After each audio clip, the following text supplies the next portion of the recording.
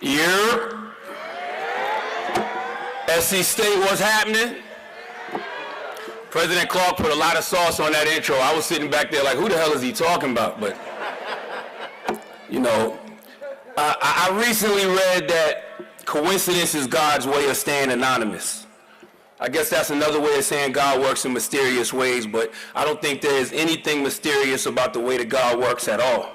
And if coincidence is God's way of staying anonymous, I hate to blow up God's spot right now, but God, you're not low. God, you're doing a terrible job staying anonymous in this moment, because me, a proud native of South Carolina, being the commencement speaker for the most prominent HBCU in South Carolina, the college, that's right, the college my mother, who is also a South Carolina native, is a proud alumni of, on Mother's Day weekend, while my mother is here in attendance, that can only be God.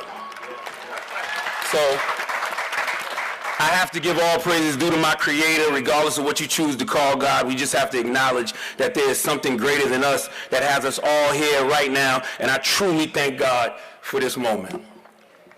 Now, I don't plan to be up here long. That's what every black pastor says before they preach for 3 hours, but I'm nobody's pastor. You know, in fact, when I found out that SC State wanted me to be commencement speaker, first thing I thought was, what do I say to a group of people who have achieved a goal that I never have? I didn't go to college. I don't have a college degree, so you all have lived an experience that I know nothing about. You all are currently experiencing a feeling that I have never felt, so what do I tell you all? That was something that's been on my mind the past couple of weeks, so I prayed and I meditated and I got the answer. And what I want to tell the 2021 graduating class at SC State is that each and every one of you that is about to do a little dance, there's some pomp and circumstance, y'all are necessary.